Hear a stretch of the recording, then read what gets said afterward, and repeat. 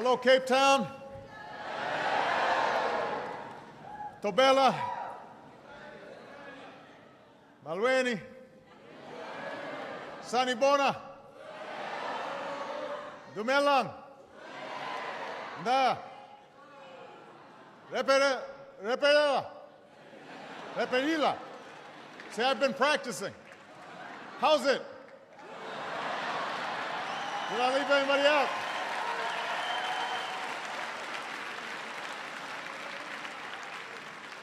All right, I didn't want to leave anybody out here. I want to thank Vice Chancellor Max Price, who's here, and as well as Archbishop Norman Kulu. It's wonderful to have them in attendance. I am so happy to be here today. It is wonderful to see all of these outstanding young people. I just had the honor of going to Robben Island with Michelle and our two daughters this afternoon. And this was my second time. I had the chance to visit back in 2006, but there was something different about bringing my children. And Malia's now 15, Sasha is 12, and seeing them stand within the walls that once surrounded Nelson Mandela, I knew this was an experience that they would never forget. I knew that they now appreciated a little bit more the sacrifices that Madiba and others had made for freedom. But what I also know is that because they've had a chance to visit South Africa for a second time now, they also understand that Mandela's spirit could never be imprisoned, because his legacy is here for all to see. It's in this auditorium. Young people, black, white, Indian, everything in between.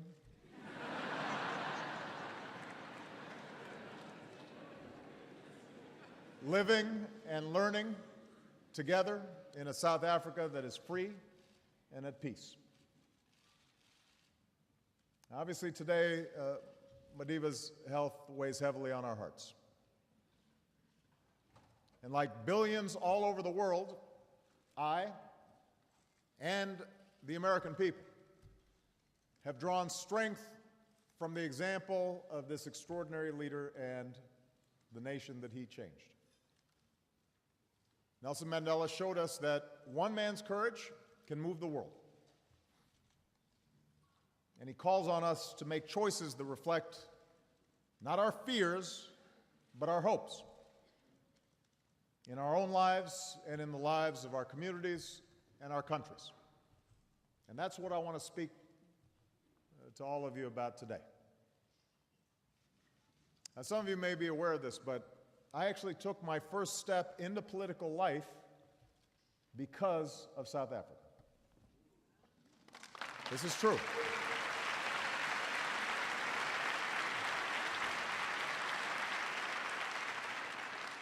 I was the same age as some of you, 19 years old, my whole life ahead of me. I was going to school on a campus in California, not quite as pretty as this one, but similar. And I must confess, I was not always focused on my studies. There were a lot of distractions, and I enjoyed those distractions. And as the son of an African father and a white American mother, the diversity of America was in my blood. But I had never cared much for politics. I didn't think it mattered to me. I didn't think I could make a difference. And like many young people, I thought that cynicism, a certain ironic detachment, was a sign of wisdom and sophistication. But then I learned what was happening here in South Africa. And two young men, ANC representatives, came to our college and spoke. And I spent time hearing their stories. And I learned about the courage of those who waged the Defiance Campaign and the brutality leveled against innocent men, women, and children from Sharpsville to Soweto. And I studied the leadership of Ituli and the words of Biko and the example of Madiba. And I knew that while brave people were imprisoned just off these shores on Robben Island, my own government in the United States was not standing on their side. And that's why I got involved in what was known as the divestment movement in the United States. It was the first time I ever attached myself to a cause. It was the first time also that I ever gave a speech. It was only 2 minutes long. And I was really just a warm-up act at a rally that we were holding demanding that our college divest from apartheid South Africa. So I got up on stage, I started making my speech, and then as a bit of political theater, some people came out with glasses that looked like security officers, and they dragged me off the stage.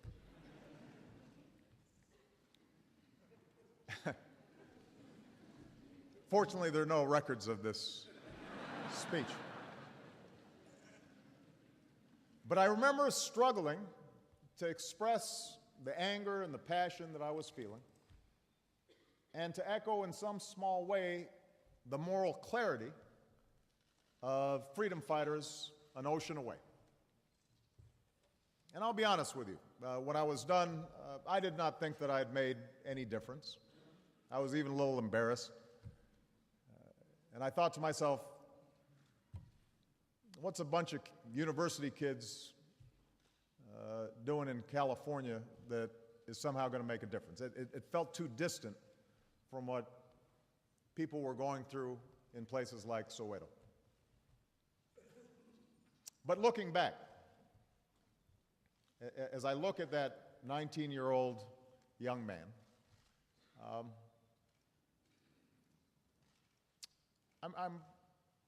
I'm more forgiving of the fact that the speech might not have been that great.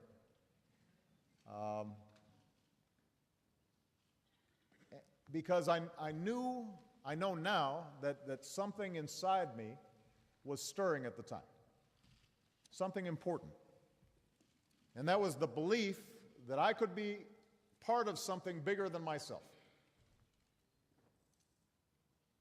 That my own salvation was bound up with those of others. That's what Bobby Kennedy expressed far better than I ever could when he spoke here at the University of Cape Town in 1966. He said, "Each time a man stands up for an ideal, or acts to improve the lot of others, or strikes out against injustice, he sends forth a tiny ripple of hope. And crossing each other from a million different centers of energy and daring, those ripples build a current which can sweep down the mightiest walls of oppression and resistance." Now, the world was very different on that June day in 1966 when Bobby Kennedy spoke those words. Mandela faced many more years as a prisoner. Apartheid was entrenched in this land. In the United States, the victories of the civil rights movement were still uncertain. In fact, on the very day that Kennedy spoke here, the American civil rights leader James Meredith was shot in Mississippi, where he was marching to inspire blacks to register to vote. So those were difficult, troubled, trying times. The idea of hope might have seemed misplaced. It would have seemed inconceivable to people at that time that less than 50 years later, an African-American president might address an integrated audience at South Africa's oldest university, and that this same university would have conferred an honorary degree to a president, Nelson Mandela. It would have seemed impossible.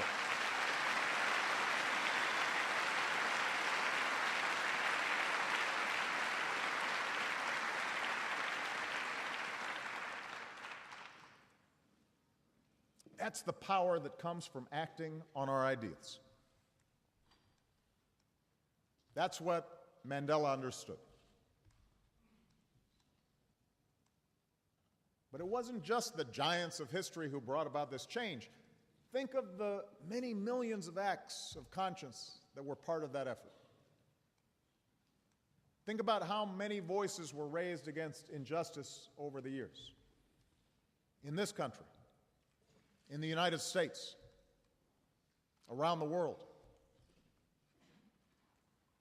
Think of how many times ordinary people pushed against those walls of oppression and resistance, and the violence and the indignities that they suffered, the quiet courage that they sustained.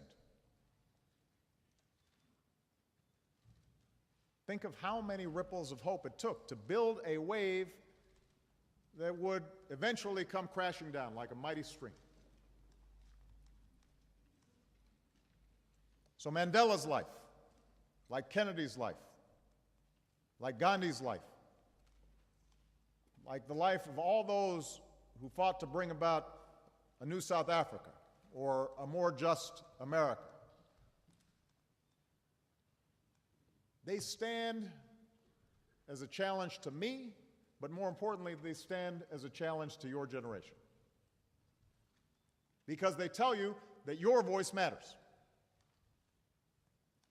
Your ideals, your willingness to act on those ideals, your choices can make a difference. And if there's any country in the world that shows the power of human beings to affect change, this is the one. You've shown us how a prisoner can become a president. You've shown us how bitter adversaries can reconcile. You've confronted crimes of hatred and intolerance with truth and love, and you wrote into your Constitution the human rights that sustain freedom. And those are only the most publicized aspects of South Africa's transformation. Because alongside South Africa's political struggle, other battles have been waged as well to improve the lives of those who for far too long have been denied economic opportunity and social justice. You know, during my last journey here in 2006, what impressed me so much was the good works of people on the ground, teaching children, caring for the sick, bringing jobs to those in need.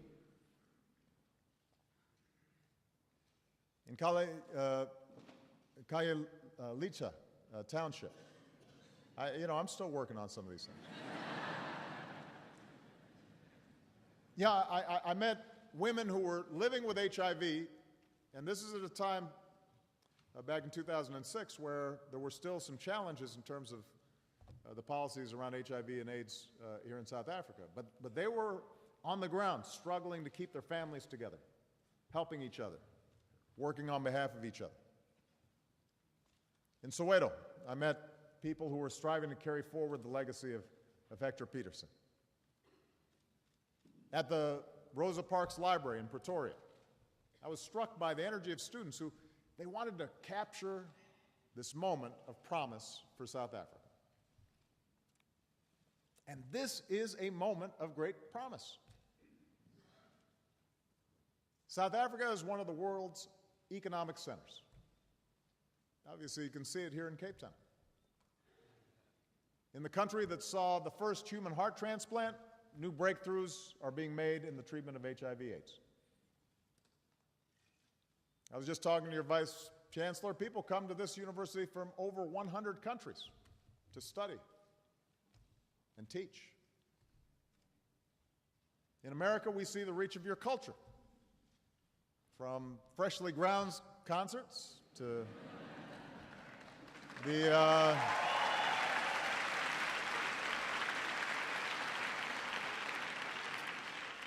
We've got the Nando's just a couple of blocks from the White House. And thanks to the first World Cup ever held on this continent, the world now knows the sound of the vuvuzela. I'm not sure that's like the greatest gift that South Africa ever did, but it, but progress has also rippled across the African continent. You know, from Senegal to Cote d'Ivoire to Malawi, democracy has weathered strong challenges. Many of the fastest growing economies in the world are here in Africa, where there's a historic shift taking place from poverty to a growing nascent middle class. Fewer people are dying of preventable disease. More people have access to health care. More farmers are getting their products to market at fair prices. From microfinance projects in Kampala to stock traders in Lagos to cell phone entrepreneurs in Nairobi, there's an energy here that can't be denied. Africa rising. We know this progress, though, rests on a fragile foundation. We know that progress is uneven. Across Africa, the same institutions that should be the backbone of democracy can all too often be infected with the rot of corruption. The same technology that enables record profits sometimes means widening a canyon of inequality. The same interconnection that binds our fates makes all of Africa vulnerable to the undertow of conflict. So there's no question that Africa is on the move. But it's not moving fast enough for the child still languishing in poverty in forgotten townships. It's not moving fast enough for the protester who's beaten in Harare or the woman who's raped in eastern Congo. We've got more work to do because these Africans must not be left behind. And that's where all of you come in, the young people of Africa.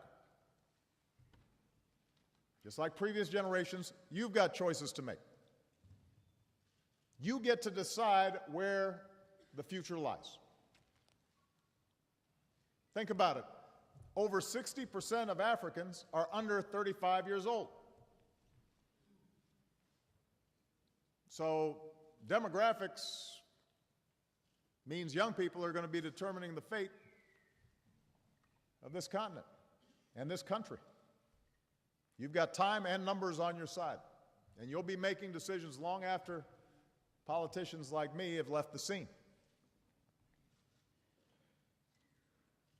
And I can promise you this, the world will be watching what decisions you make. The world will be watching what you do. Because one of the wonderful things that's happening is where people used to only see suffering and conflict in Africa, suddenly now they're seeing opportunity for resources, for investment, for partnership, for influence. Governments and businesses from around the world are sizing up the continent, and they're making decisions themselves about where to invest their own time and their own energy. And as I said yesterday at a town hall meeting up in Johannesburg, that's a good thing. We want all countries, China, India, Brazil, Turkey, Europe, America, we want everybody paying attention to what's going on here because it speaks to your progress. And I've traveled to Africa on this trip because my bet is on the young people who are the heartbeat of Africa's story. I'm betting on all of you. As President of the United States, I believe that my own nation will benefit enormously if you reach your full potential. If prosperity is broadly shared here in Africa, That middle class will be an enormous market for our goods. If strong democracies take root, that will enable our people and businesses to draw closer to yours. If peace prevails over war, we will all be more secure. And if the dignity of the individual is upheld across Africa, then I believe Americans will be more free as well, because I believe that none of us are fully free when others in the human family remain shackled by poverty or disease or oppression. Now, America's been involved in Africa for decades, but we are moving beyond the simple provision of assistance, foreign aid, to a new model of partnership between America and Africa, a partnership of equals that focuses on your capacity to solve problems and your capacity to grow. Our efforts focus on three areas that shape our lives: opportunity, democracy, and peace. So first off, we want a partnership that empowers Africans to access greater opportunity in their own lives, in their communities, and for their countries. As the largest economy on the continent, South Africa is part of a trend that extends from south to north, east to west. More and more African economies are poised to take off. And increased trade and investment from the United States has the potential to accelerate these trends, creating new jobs and opportunities on both sides of the Atlantic. So I'm calling for America to up our game when it comes to Africa. We're bringing together business leaders from America and Africa to deepen our engagement. We're going to launch new trade missions and promote investment from companies back home. We'll launch an effort in Addis to renew the African Growth and Opportunity Act to break down barriers to trade. And tomorrow I'll discuss a new Trade Africa initiative to expand our ties across the continent. Because we want to unleash the power of entrepreneurship and markets to create opportunity here in Africa. It was interesting. Yesterday at the town hall meeting I had was with a number of young people. First three questions had to do with trade. Because there was a recognition. These young people said, I want to start something. I want to build something. And then I want to sell something. Now, to succeed, these efforts have to connect to something bigger. And for America, this isn't just about numbers on a balance sheet or the resources that can be taken out of the ground. We believe that societies and economies only advance as far as individuals are free to carry them forward. And just as freedom cannot exist when people are imprisoned for their political views, true opportunity cannot exist when people are imprisoned by sickness or hunger or darkness. And so the question we've been asking ourselves is, what will it take to empower individual Africans? For one thing, we believe that countries have to have the power to feed themselves. So instead of shipping food to Africa, we're now helping millions of small farmers in Africa make use of new technologies and farm more land.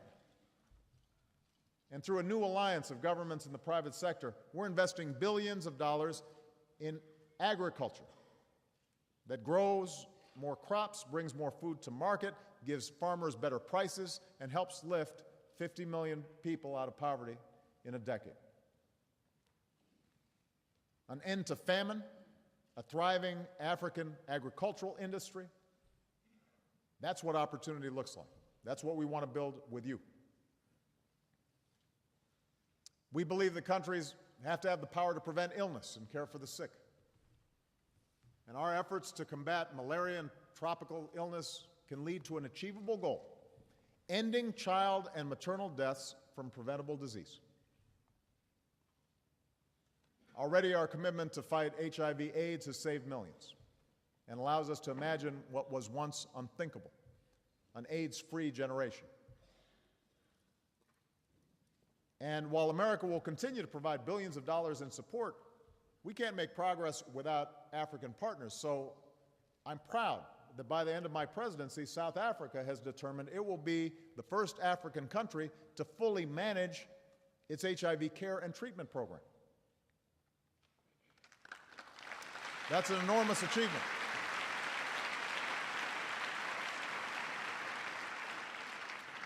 Well, healthy mothers, healthy children, strong public health systems, that's what opportunity looks like.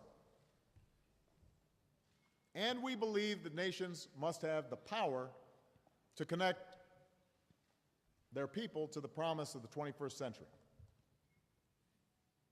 Access to electricity is fundamental to opportunity in this age. It's the light that children study by, the energy that allows an idea to be transformed into a real business. It's the lifeline for families to meet their most basic needs. And it's the connection that's needed to plug Africa into the grid of the global economy. You've got to have power. And yet 2/3 of the population in sub-Saharan Africa lacks access to power. And the percentage is much higher for those who don't live in the cities. So today I'm proud to announce a new initiative. We've been dealing with agriculture, we've been dealing with health. Now we're going to talk about power. Power Africa, a new initiative that will double access to power in sub-Saharan Africa. Double it.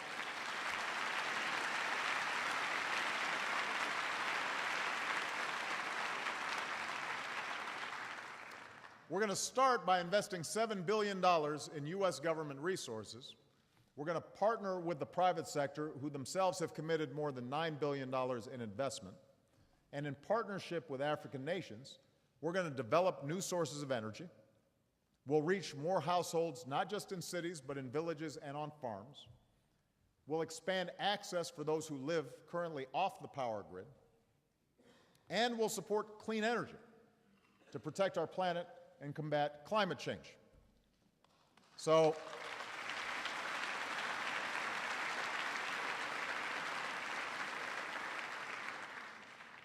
a light where currently there's darkness. The energy needed to lift people out of poverty. That's what opportunity looks like.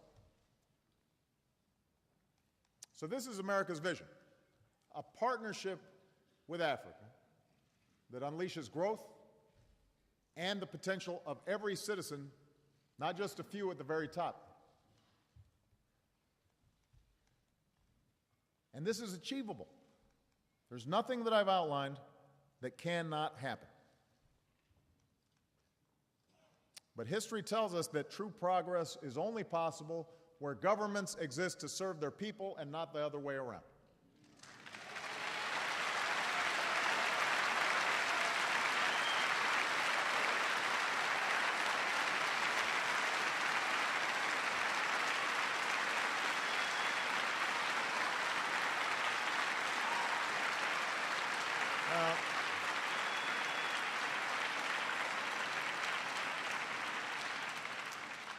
If anyone wants to see the difference between freedom and tyranny, let them come here to South Africa.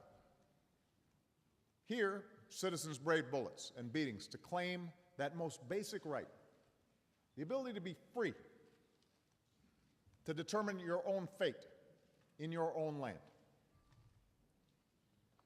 And Madiba's example extended far beyond that victory.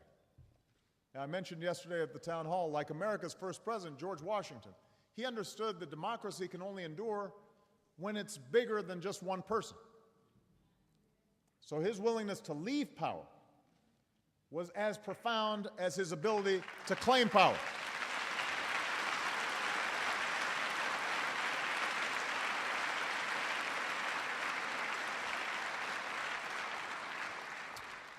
The good news is that this example is getting attention across the continent. We see it in free and fair elections from Ghana to Zambia. We hear it in the voices of civil society. I was in Senegal and met with some civil society groups, including a group called Yen Mare, which meant fed up, that helped to defend the will of the people after elections in Senegal. We recognize it in places like Tanzania, where text messages connect citizens to their representatives. And we strengthen it when organizations stand up for democratic principles, like ECOWAS did in Cote d'Ivoire. But this work is not complete. We all know that. Not in those countries where leaders enrich themselves with impunity. Not in communities where you can't start a business or go to school or get a house without paying a bribe to somebody.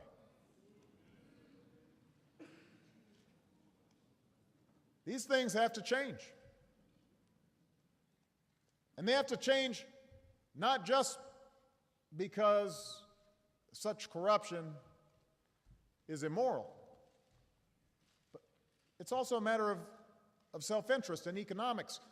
Governments that respect the rights of their citizens and abide by the rule of law do better, grow faster, draw more investment than those who don't. That's just a fact.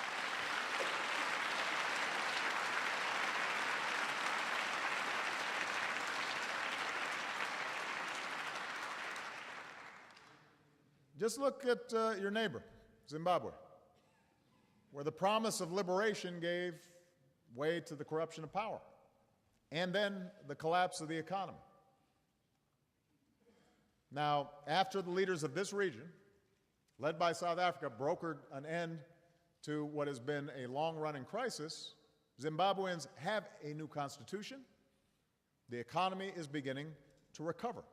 So there's an opportunity to move forward, but only if there is an election that is free and fair and peaceful, so that Zimbabweans can determine their future without fear of intimidation and retribution. And after elections, there must be respect for the universal rights upon which democracy depends.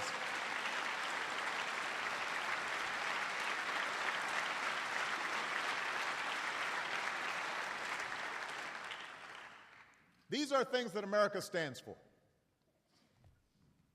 Not perfectly, but that's what we stand for. That's what my administration stands for. We don't tell people who their leaders should be, but we do stand up with those who support the principles that lead to a better life. And that's why we're interested in investing not in strong men, but in strong institutions. Independent judiciaries that can enforce the rule of law.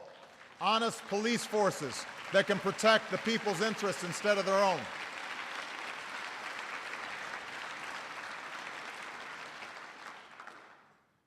An open government that can bring transparency and accountability.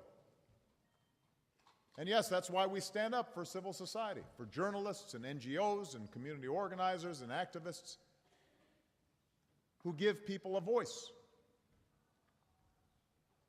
That's why we support societies that empower women, because no country will reach its potential unless it draws on the talents of our wives and our mothers and our sisters and our daughters.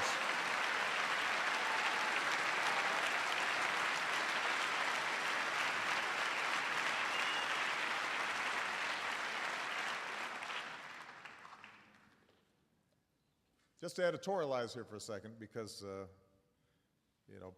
my father's home country of Kenya, like much of Africa, you see women doing work and not getting respect. And I tell you, you can measure how well a country does by how it treats its women.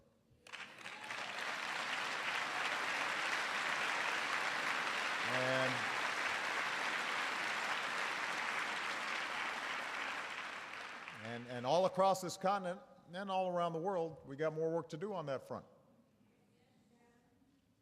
So you got some sisters saying amen.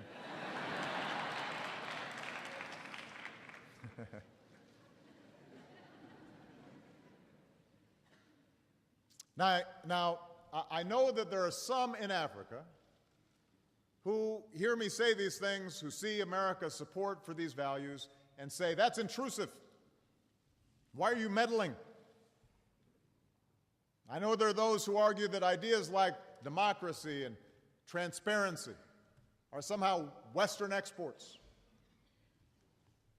I disagree.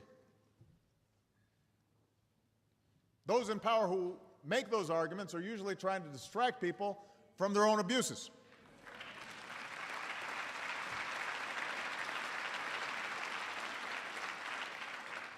Sometimes they're the same people who, behind closed doors, are willing to sell off their own country's resources to foreign interests just so long as they get a cut. Just telling the truth. Now,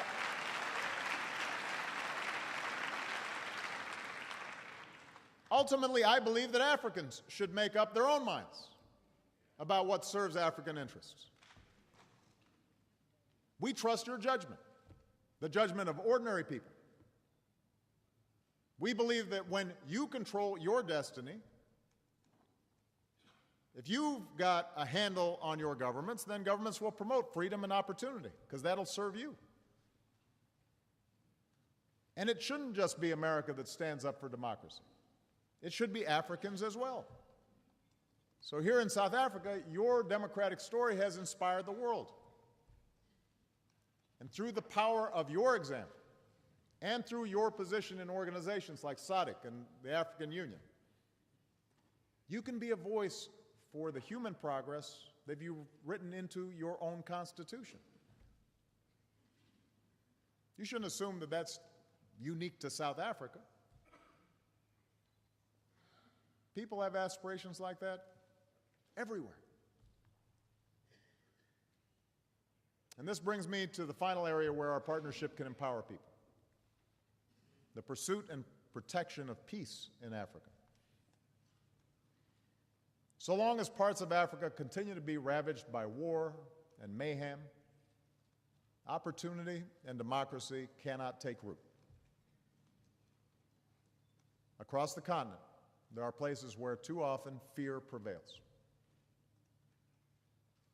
From Mali to Mogadishu, senseless terrorism all too often perverts the meaning of Islam, one of the world's great religions, and takes the lives of countless innocent Africans. From Congo to Sudan, conflicts fester, robbing men and women and children of the lives that they deserve. In too many countries, the actions of thugs and warlords and drug cartels and human traffickers hold back the promise of Africa, enslaving others for their own purposes. Now, America cannot put a stop to these tragedies alone, and you don't expect us to. That's a job for Africans. But we can help, and we will help.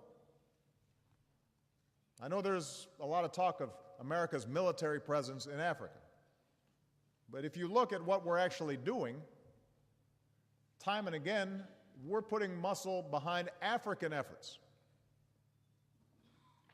That's what we're doing in the Sahel, where the nations of West Africa have stepped forward to keep the peace as Mali now begins to rebuild. That's what we're doing in Central Africa, where a coalition of countries is closing the space where the Lord's Resistance Army can operate. That's what we're doing in Somalia, where an African Union force, AMISOM, is helping a new government to stand on its own 2 feet. These efforts have to lead to lasting peace, not just words on a paper or promises that fade away. Peace between and within Sudan and South Sudan, so that these governments get on with the work of investing in their deeply impoverished peoples. Peace in the Congo, with nations keeping their commitments so rights are at last claimed by the people of this war-torn country, and women and children no longer live in fear.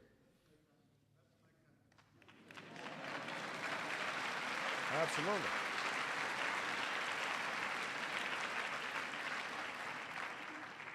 Peace in Mali, where people will make their voices heard in new elections this summer. In each of these cases, Africa must lead, and America will help. And America will make no apology for supporting African efforts to end conflict and stand up for human dignity.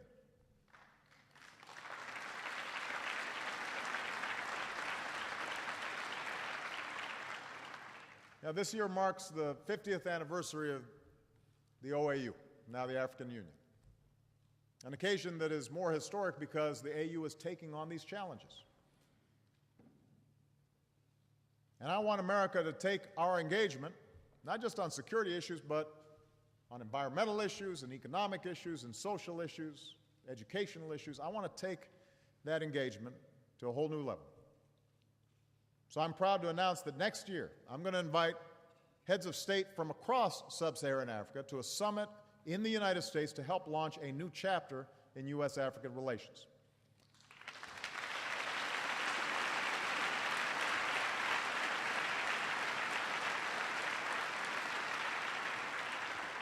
And as I mentioned yesterday, I'm also going to hold a summit with the next class of our Young African Leaders Initiative because we want to engage the leaders and tomorrow's leaders in figuring out how we can best work together.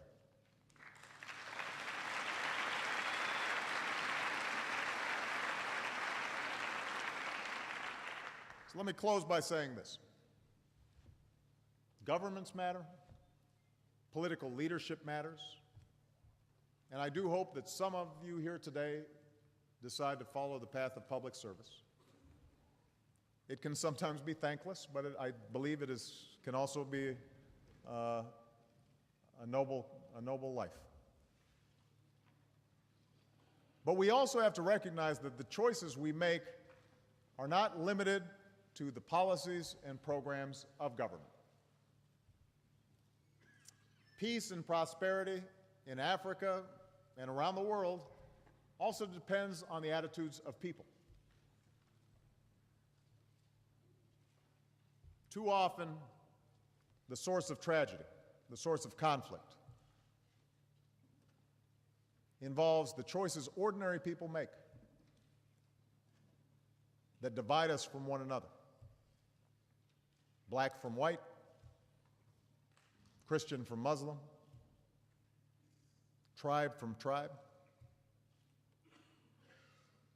Africa contains a multitude of identities, but the nations and people of Africa will not fulfill their promise so long as some use these identities to justify subjugation, an excuse to steal or kill or disenfranchise others. And ultimately, that's the most important lesson that the world learned right here in South Africa. Mandela once wrote, "No one is born hating another person because of the color of his skin or his background or his religion. People must learn to hate. And if they can learn to hate, they can be taught to love. For love comes more naturally to the human heart than its opposite."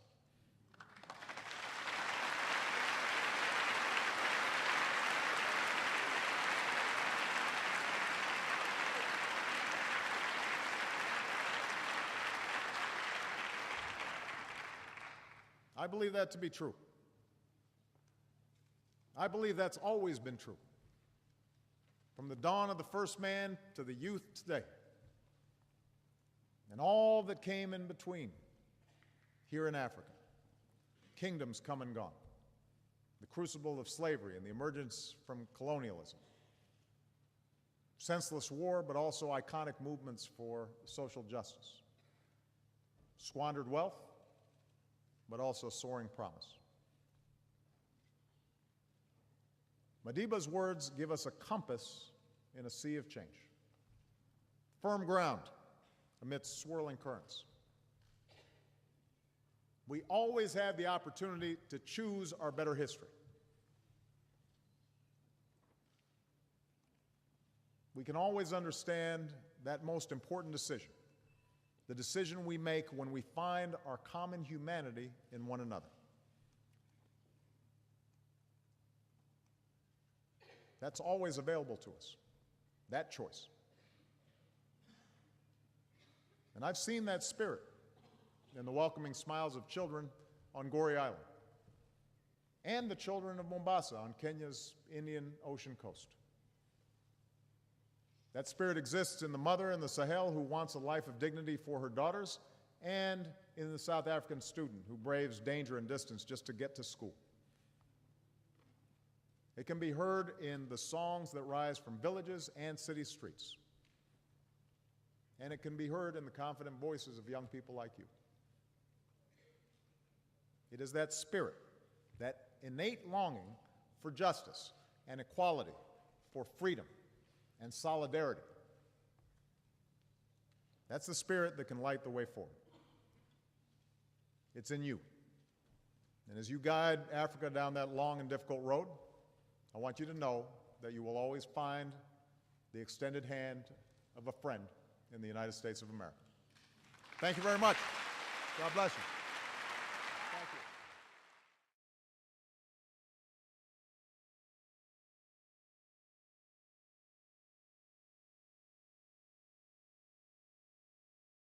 On Robben Island, my own government in the United States was not standing on their side. And that's why I got involved in what was known as the divestment movement in the United States. It was the first time I ever attached myself to a cause. It was the first time also that I ever gave a speech. It was only 2 minutes long.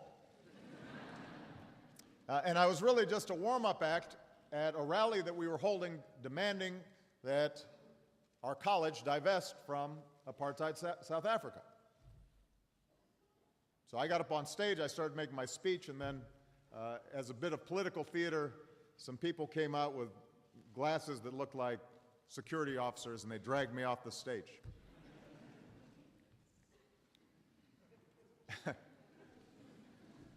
Fortunately, there are no records of this speech. But I remember struggling to express the anger and the passion that I was feeling, and to echo in some small way the moral clarity of freedom fighters an ocean away. And I'll be honest with you, when I was done, and the American people have drawn strength from the example of this extraordinary leader and the nation that he changed. Nelson Mandela showed us that one man's courage can move the world. And he calls on us to make choices that reflect not our fears, but our hopes in our own lives and in the lives of our communities and our countries. And that's what I want to speak to all of you about today. Now, some of you may be aware of this, but I actually took my first step into political life because of South Africa. This is true.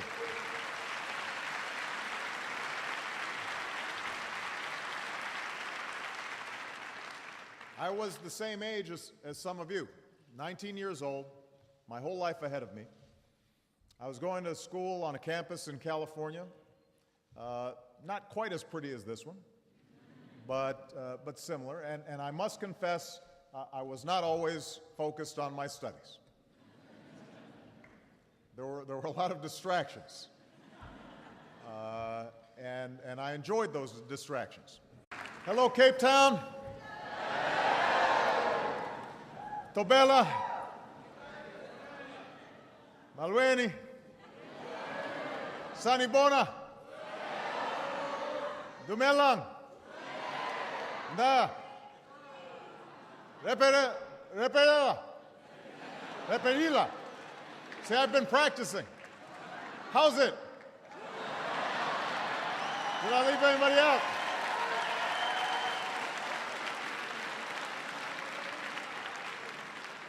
I didn't want to leave anybody out here.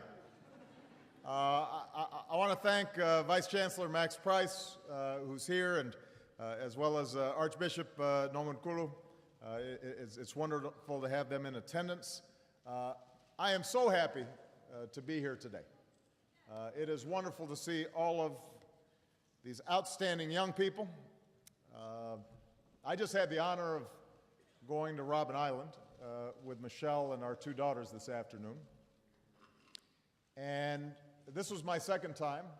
I had the chance to visit back in 2006, but there was something different about bringing my children. And Malia's now 15. And as the son of an African father and a white American mother, the diversity of America was in my blood. But I had never cared much for politics. I didn't think it mattered to me. I didn't think I could make a difference. And like many young people, I thought that cynicism, a certain ironic detachment, was a sign of wisdom and sophistication. But then I learned what was happening here in South Africa. And two young men, ANC representatives, came to our college and spoke. And I spent time hearing their stories. And I learned about the courage of those who waged the Defiance campaign and the brutality leveled against innocent men, women, and children from Sharpsville to Soweto. And I studied the leadership of Ituli and the words of Biko and the example of Madiba. And I knew that while brave people were imprisoned just off these shores, Sasha is 12, and seeing them stand within the walls that once surrounded Nelson Mandela, I knew this was an experience that they would never forget. I knew that they now appreciated a little bit more the sacrifices that Madiba and others had made for freedom. But what I also know is that because they've had a chance to visit South Africa for a second time now, they also understand that Mandela's spirit could never be imprisoned, because his legacy is here for all to see. It's in this auditorium. Young people, black, white, Indian, everything in between.